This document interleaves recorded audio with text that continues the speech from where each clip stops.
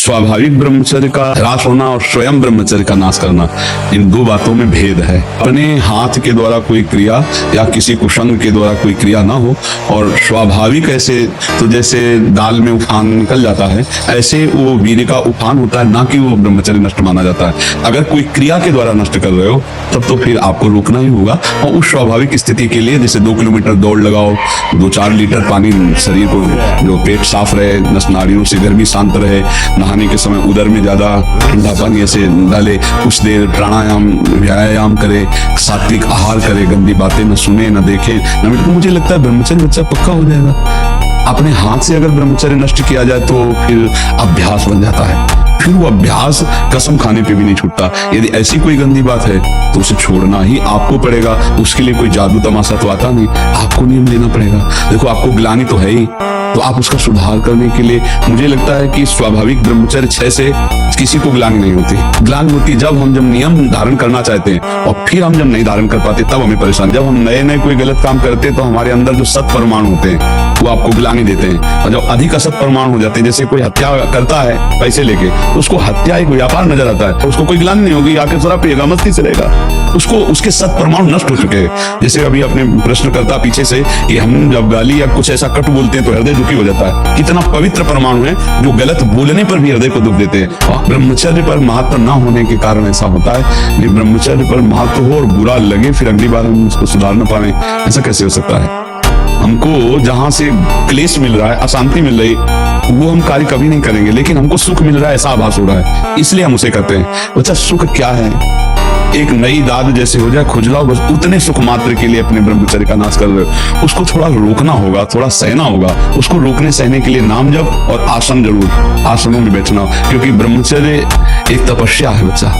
ये कोई साधारण तो है नहीं तो सब कोई रह लेता। एक तपस्या है। सात्विक भोजन, कब्ज न रहना, प्राणायाम व्यायाम, और ये पक्का समझना कि मुझे किसी भी स्थिति में ब्रह्मचर्य भंग नहीं करना।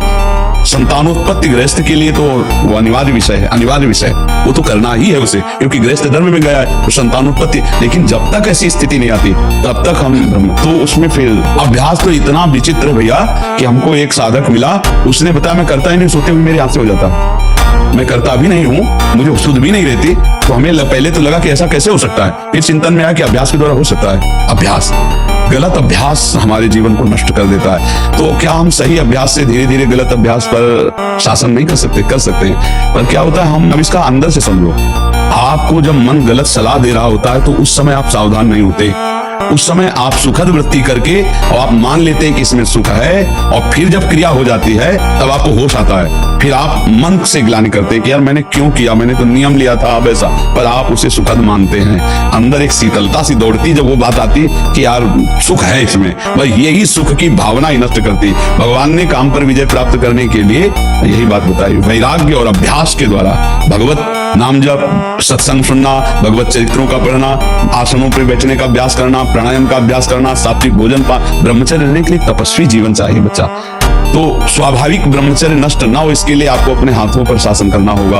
आपको मोबाइल ना देखने का नियम लेना होगा, गंदी बातों का, गंदे बच्चों का संग नहीं करना होगा, तभी आप चल सकते हो। नहीं आजकल बहुत गलत उपदेश देने वाले मोबाइल में। अच्छा आप खुद बताओ, एक बार ब्रह्मचर्य क्षीण होने के बाद आपको शारीरिक और मानसिक परेशानी होती है कि नहीं? तो देखो वो गलत है ना, चाहे डॉक्टर कहे चाहे मित्र कहे, वो गलत उपदेश देते ना। यदि आपका स्वाभाविक ब्रह्मचर्य क्षीण होगा तो आपको उत्साह, शारीरिक फुर्ती बढ़ेगी। ध्यान देना, महीने 2 महीने 2.5 महीने में जब स्वाभाविक ब्रह्मचर्य स्वप्न दोष आदि होगा, वो आपकी शक्ति नहीं होगी, वो संतान उत्पत्ति करने वाला वीर्य नष्ट नहीं होता, वो क्रिया से ही होता है। जैसे आपने हस्त क्रिया और क्रियाओं का आश्रय लेकर, तो ये जो मित्र जन है ये वास्तविक शत्रु जन है, जो कहते हैं गंदे आचरण करो, यार कुछ नहीं होता, सब कोई करता है, ऐसे कई बातें कही जाती। नहीं, सब कोई नष्ट हो रहा है तो हमको भी नष्ट होना है क्या?